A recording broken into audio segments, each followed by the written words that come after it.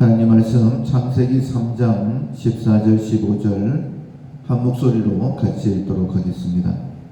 여호와 하나님이 뱀에게 이르시되 네가 이렇게 하였으니 네가 모든 가축과 들의 모든 짐승보다 더욱 저주를 받아 배로 다니고 살아있는 동안 흙을 먹을지니라. 내가 너로 여자와 원수가 되게 하고 네 후손도 여자의 후손과 원수가 되게 하리니 여자의 후손은 네 머리를 상하게 할 것이요 너는 그의 발꿈치를 상하게 할 것이니라 하시고. 아멘.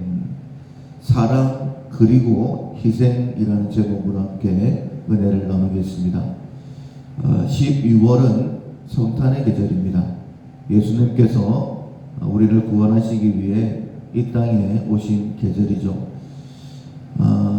이 성탄의 계절 12월에 우리가 하나님의 사랑과 그리고 그 사랑으로 표현되어지는 희생을 마음에 더욱더 새기고, 우리 역시도 하나님을 사랑하고 이웃을 사랑하고 그리고 하나님을 위해 우리의 모든 것을 다 드리고 이웃을 위해 희생할 수 있는 그러한 삶을 살겠다라고 다시 한 번 더 결단하는 12월이 되기를 주님의 이름으로 축원합니다.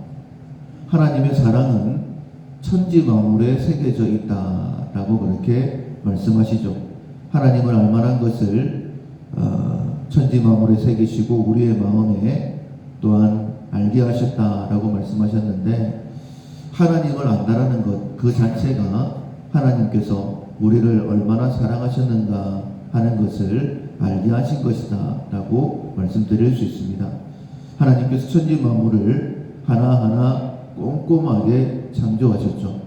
그리고 맨 마지막에 인간을 하나님의 형상을 따라 창조하셨는데, 이 창조 안에는 하나님의 사랑이 새겨져 있음을 우리가 알 수 있습니다.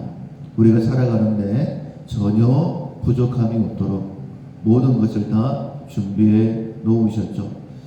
그런데 이 하나님의 준비하신 그 속에는 하나님의 희생도 우리가 알 수 있습니다.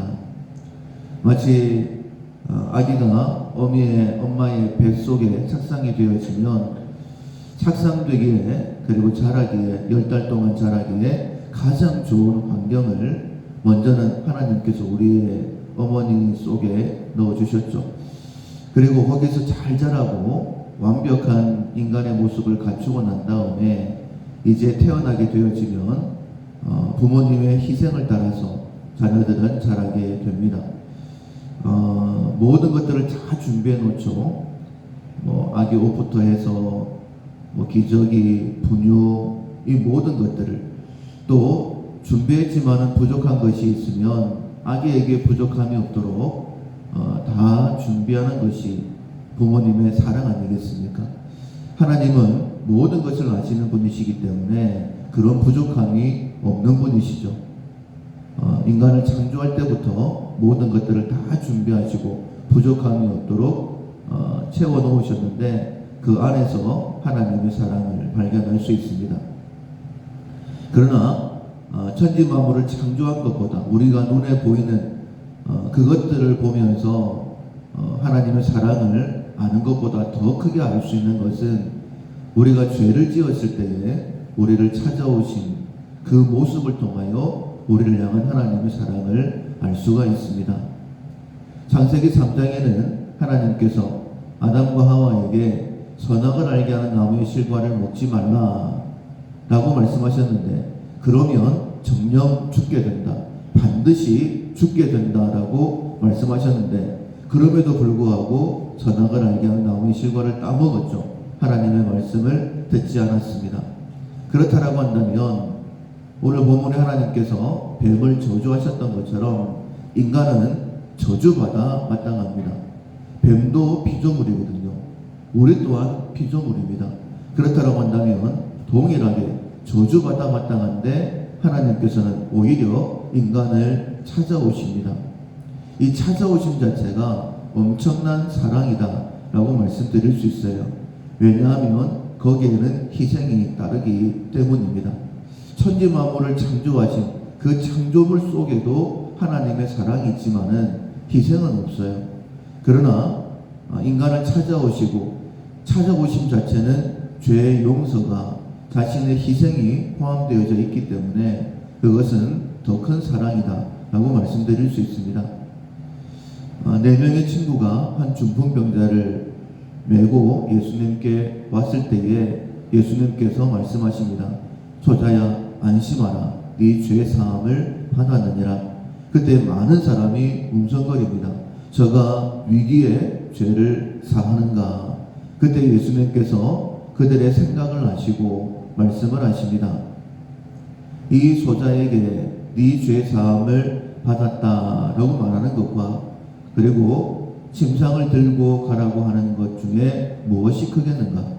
그런데 인자에게 죄를 사하는 권세가 있음을 너희에게 알게 하겠다라고 말씀하시면서 이 중풍병자에게 네 침상을 들고 가라라고 말씀을 하시죠.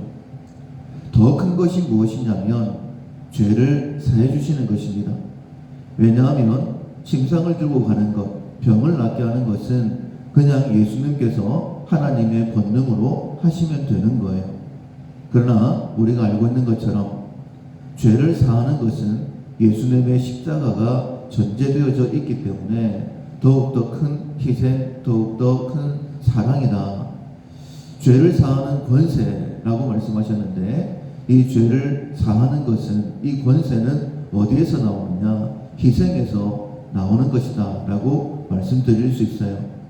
그렇다면 우리가 이 12월 한 달을 시작하면서 그리고 이 12월 한 달 동안에 어떻게 신앙의 길을 걷고 내가 어떻게 살겠다라고 결단하는 것이 하나님께 가장 아름다우냐?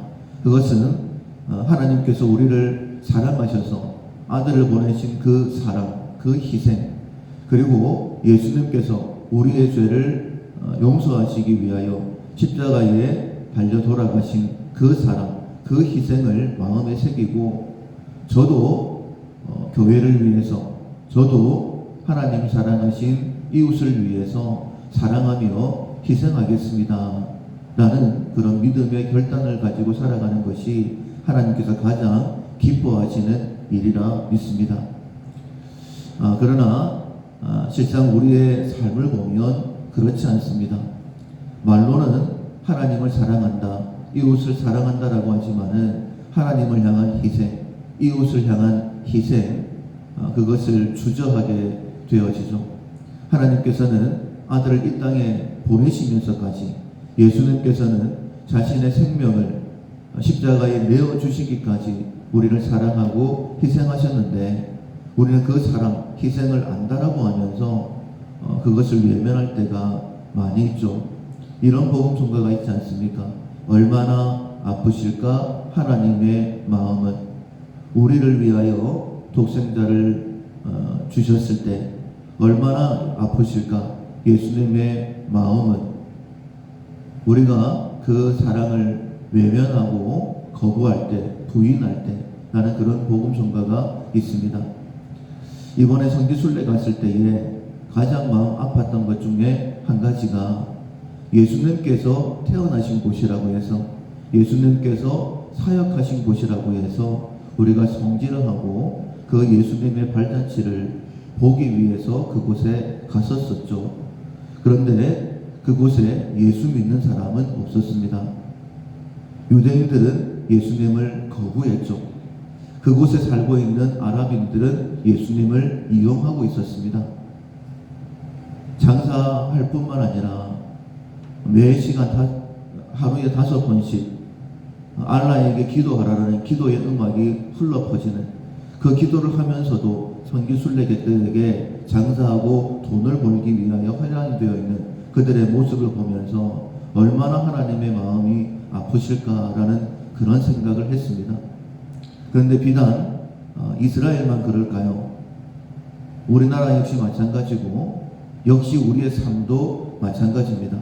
하나님을 사랑한다라고 하면서 저도 하나님을 사랑하겠다라고 고백하면서도 전혀 희생하지 않는 우리의 모습을 볼 수 있습니다.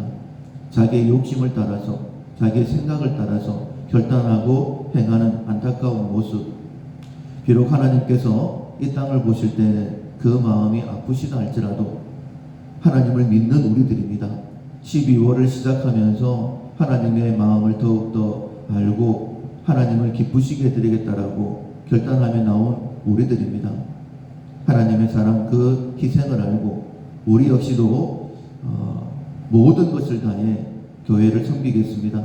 모든 것을 다해 이웃을 구원의 길로 인도하는데 내 모든 것을 다 드리겠습니다. 하나님께서 아들을 주신 것처럼 예수님께서 생명을 주신 것처럼 저도 그렇게 살겠습니다라고 결단하고 그렇게 살아감으로 인하여서 이 땅을 바라보실 때에는 마음이 아프시지만은 밀라교회 성도 우리를 바라보실 때에는 하나님의 마음에 기쁨이 있는 이런 12월 꼭 될 수 있기를 주님의 이름으로 축원합니다. 아멘. 찬송가 465장 주 믿는 나 남 위에 찬송가 465장 찬양하시겠습니다.